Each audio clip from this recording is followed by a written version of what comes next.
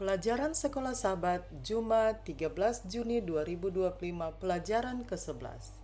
Untuk pendalaman, bacalah tulisan Ellen G. White dengan judul Raja Israel yang pertama, halaman 243 dan 244 dalam Alfa dan Omega Jilid 2. Link untuk audio ini akan terdapat di bagian akhir dan juga ada linknya di bagian deskripsi.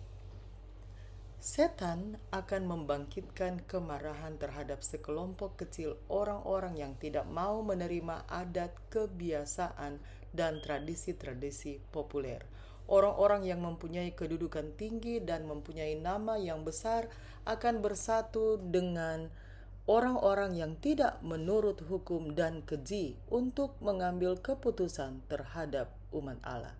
Orang-orang kaya, yang pintar, yang terpelajar akan bersatu untuk membungkus mereka dengan memandang hina kepada mereka. Para raja, pendeta, dan anggota-anggota gereja akan bersekongkol melawan mereka. Dengan suara dan pena, oleh kesombongan, ancaman, dan penghinaan, mereka akan berusaha menghancurkan iman mereka.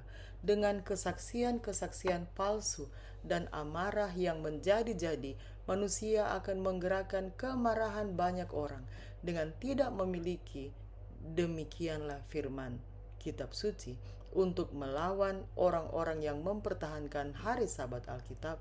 Mereka akan menjalankan peraturan-peraturan yang menindas untuk mengganti kekurangan. Untuk memperoleh kepopuleran dan perlindungan, para pembuat undang-undang akan menyerah kepada tuntutan undang-undang hari Minggu. Tetapi mereka yang takut akan Allah tidak dapat menerima suatu lembaga yang merusak peraturan yang tertuang dalam 10 hukum itu.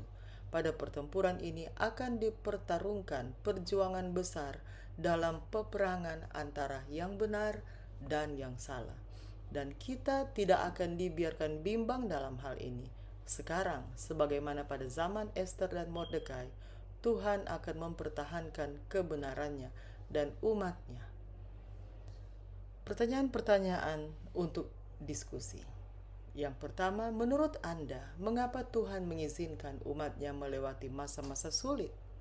Apakah tujuan dari mengizinkannya? Pertanyaan yang kedua, bagaimanakah seorang percaya mempersiapkan dirinya untuk menghadapi setiap kesulitan potensial yang mungkin datang dengan kesetiaan kepada Kristus? Di mana Anda menemukan harapan di tengah situasi sulit? Menurut Anda, mengapa kita cenderung memikirkan hal-hal yang lebih sulit dari nubuatan dan membiarkannya menutupi gambaran yang lebih besar yang memberikan kabar baik? Seorang teman mendatangi Anda setelah membaca Alkitab, membaca kitab Wahyu, dan mengaku bahwa dia menganggapnya menakutkan. Pendekatan apakah yang akan Anda gunakan untuk membantunya memahami dengan lebih jelas dan menemukan ketenangan pikiran? Pertanyaan yang terakhir, pertanyaan kelima. Seseorang berkata, "Saya tidak yakin bahwa Tuhan mengasihi saya atau menginginkan saya."